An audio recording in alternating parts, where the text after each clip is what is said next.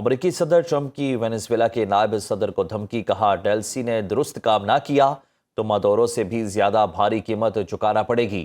دوسری جانب وینزویلا کے نائب صدر نے عدالتی حکم پر صدارتی ذمہ داریاں سنبھال لی۔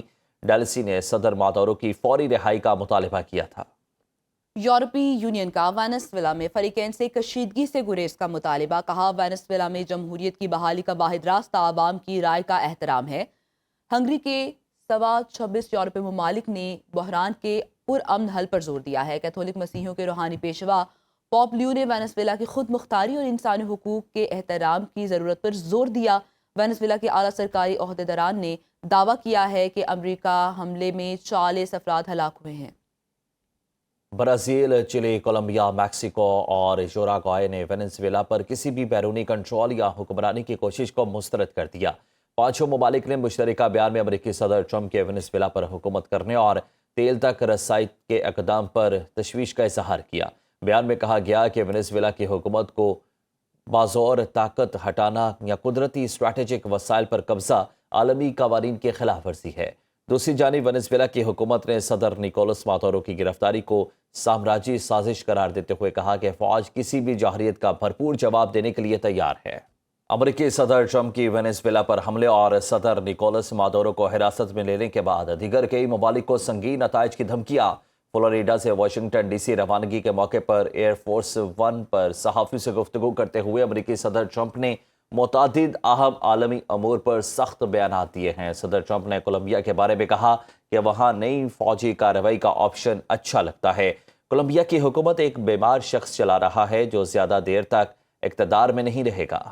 وینزویلا نے درست رویہ اختیار نہ کیا تو امریکہ دوسرا حملہ بھی کرے گا۔ امریکہ کو وینزویلا میں تیل اور دیگر قدرتی وسائل تک مکمل رسائی حاصل ہونی چاہیے۔ میکسیکو کے معاملے پر صدر ٹرمپ نے کہا کچھ نہ کچھ کرنا ہوگا اور میکسیکو کو اپنا نظام درست کرنا ہوگا۔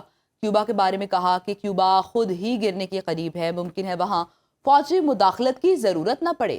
امریکی صدر نے روسی صدر کی رہائش گاہ پر یوکرینی ڈرون حملے کو مشکوک قرار دیا۔ بھارت کو خبردار کرتے ہوئے ٹرمپ نے کہا بھارت روسی تیل خریدنے سے باز نہ آیا تو ٹیرف میں مزید اضافہ کریں گے۔ وینزویلا کے نائب صدر ڈیلسی آج عبوری صدارتی عہدے کا حلف اٹھائیں گی۔ حلف برداری کی تقریب دارالحکومت کراکس میں ہوگی۔ ڈیلسی نکولس مادورو کی گرفتاری کے بعد عبوری صدر کی حیثیت سے ذمہ داریاں سنبھال رہی ہیں۔ ڈیلسی وینزویلا کی فوج اور عدالتی اور سیاسی اداروں کی حمایت بھی حاصل کر چکی ہیں۔ پاکستان کا وینزویلا کی صورتحال پر تشویش کا اظہار، بحران کے خاتمے کے لیے کشیدگی میں کمی پر زور دیا گیا۔ ترجمان دفتر خارجہ طاہر اندرابی نے کہا وینزویلا کے عوام کی فلاح و بہبود پاکستان کے لیے اہم ہے۔ پاکستان صورتحال پر گہری نظر رکھے ہوئے ہے۔ وینزویلا میں پاکستانی کمیونٹی کی سلامتی یقینی بنانے کے لیے اقدامات جاری ہیں۔ پاکستان کی جانب سے اقوام متحدہ کی چارٹر اور بین الاقوامی قانون کی پاسداری کرنے کی بھی تجویز پیش کی گئی ہے۔ آگے بڑھے اور آپ کو بتائیں کہ وینزویلا کے صدر کی گرفتاری کے خلاف دنیا بھر میں احتجاجی مظاہرے جاری ہیں۔ امریکی فوجی کارروائی کی مذمت کی گئی۔ نیو یارک میں بروکلین حراستی مرکز کے باہر شہریوں کا شدید احتجاج، مظاہرین کے تیل کے لیے خون نہیں اور آزادی کے حق میں نعرے۔ ترکیہ کے شہر استنبول اور انقرہ میں بھی صدر مادورو کی گرفتاری پر مظاہرے اور ریلیاں نکالی گئیں۔ اسپین کے دارالحکومت میڈرڈ میں امریکی سفارت خانے کے سامنے ریلی نکالی گئی۔